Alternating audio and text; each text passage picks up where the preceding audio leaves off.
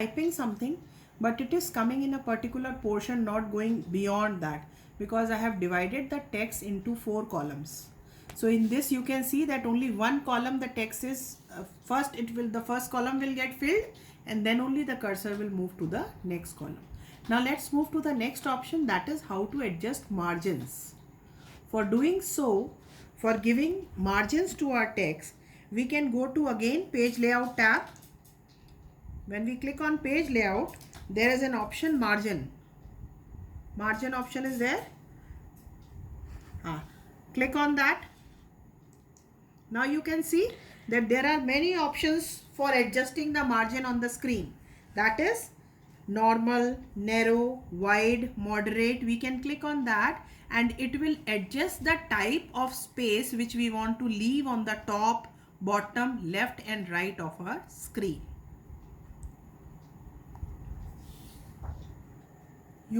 The options in margins, it was explained earlier. Now let's click on that margins option. Click on the margins, page layout, then margin. In this, let's click on the first one. See, now let's click on the next one. You can see that the margin on the screen will be changed accordingly. See, like this. Like this you can adjust the margin according to your requirement. Now the next option in this only is indents. It is same in the page layout tab only. You can see the option indents is there. You can see in the page layout option only there is an option indents. From that we can adjust the indentation of our screen. Indentation means from the left and right margin the amount of space which we want to leave. You can see that we can increase or decrease the indents. See, these are the arrowheads here. Now see, we can click on the left and right indent.